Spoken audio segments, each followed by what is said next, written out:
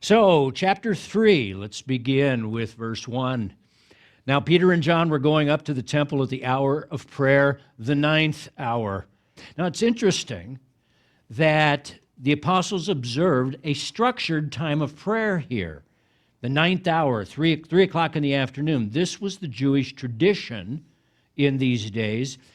And the apostles found great value in observing this tradition. I think there's a lesson here for us busy Americans. I've talked to many Christians over the years who kind of diss the idea of having structure in their spiritual life. I've had people say to me, literally, I pray without ceasing. But then, you know what? I circle back to them a little bit later, and I find out that their devotional lives are a shambles, and that God is usually just given the crumbs of what is left over from their schedule.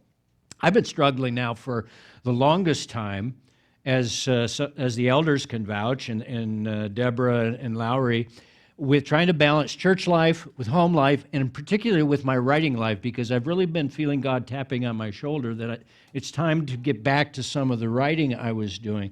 And so to help me with time, I keep lists of these things that I do. How many of you keep lists?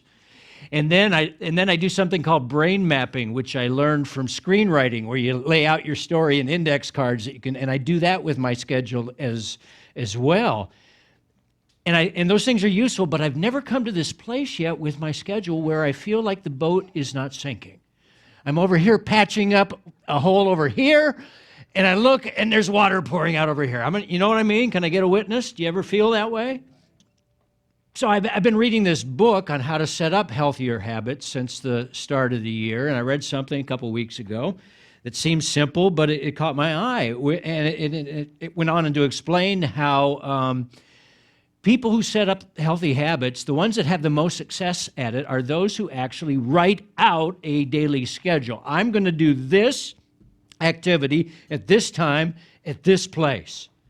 And I went, And then a day or two later, literally, Deborah, she was looking at my lists and my brain maps, and I've commissioned her to help me and a couple other of our super sisters here.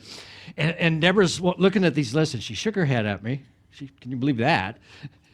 And she said, have you ever just written out what you're going to do each day?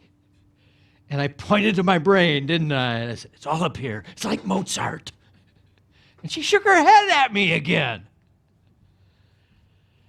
And then Alex and Sherry are the other two I want to call out, the triumvirate of the sisterhood that are helping me with this. So you know what the Bible says, out of the mouth of 2 or 3 witnesses you find truth.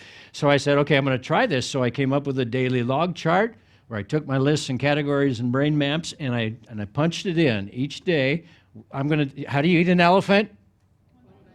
When am I going to eat each bite of the elephant? And I punched it in. And oh my goodness. These last 2 weeks, I have discovered something that up till now I thought was only a rumor, a quantum leap. I don't know if you've ever experienced a quantum leap in your life, but and I don't want to jinx it by calling it out, but wow, what a difference this has made. So anyway, all that to say, if you're not happy with the condition of your devotional life right now, or you're still struggling to set up the rhythm of a daily quiet time, imitate Peter and John here and bring some structure into your spiritual life and see what happens.